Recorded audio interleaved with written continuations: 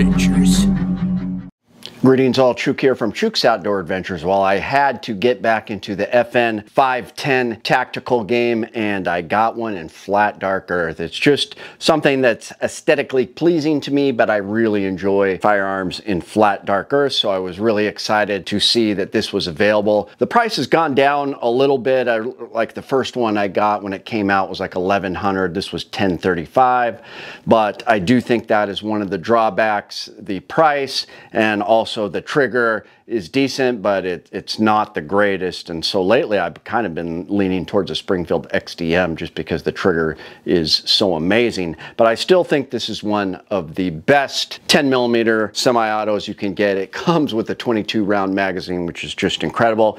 For the price, you should get a second one or even third one, or 3 in total, but this thing is safe. One thing I wanted to address is the video I did a few weeks ago about some of the reports of bulged cases, not very good chamber support, and actually some of the models blowing up. So we're gonna look at it, and then I'll shoot it, and I'll take a close look at the brass. So let's see what we get.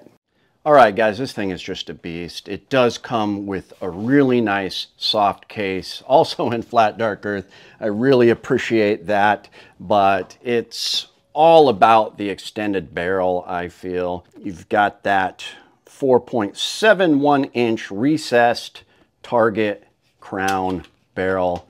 We're gonna look at what kind of chamber support it looks like it gets, but nice looker in flat dark earth.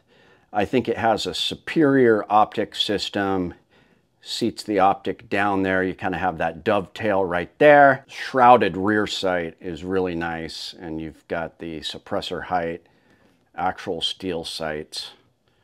Can't beat that. The grip angle I like. The grip is nothing to write home about, but I don't hate it. It's better than an XDM's grip. Trigger, definitely a low point, the trigger and the price, but getting this 22 round magazine, which works great. Just a good pistol. Let's shoot it. Well, they did a good job with the recoil system. It really manages recoil better than a lot of the striker fired 10mm on the market, I will say. As far as chamber support, just like a Glock, I think there could be a weak point right there, but it's decent.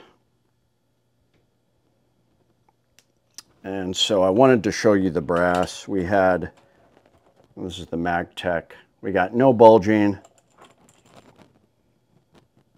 not a single bulged case that I could find.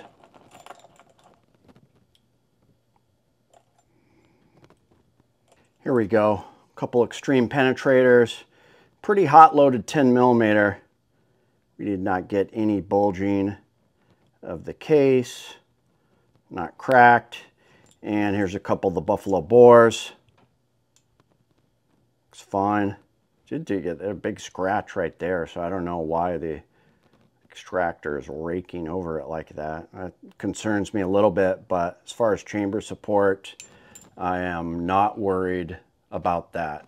All right, I've got 5 rounds of buffalo bore hollow points, and so it's powerful ammo. It's buffalo bore. I've got them marked with X's. I'm gonna try to see where my ejection pattern is and see if there's any bulges on the case. So let's fire it, and we are going to see if there are any bulges.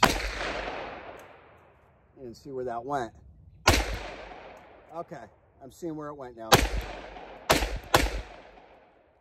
That last piece of brass hit me right in the nose. Not good. Let's look for the brass. I'm gonna fire another mag of just full metal jack. All right, this thing is flinging brass pretty far, so move my camera back a little bit to see if it'll be a little bit easier to find the brass. So far, there's no signs of bulging. Slams shut on its own, but let's test the brass and the shooting of the FN 510 Tactical. I do have MagTech ammo in it, so it's going to be a little lighter this time.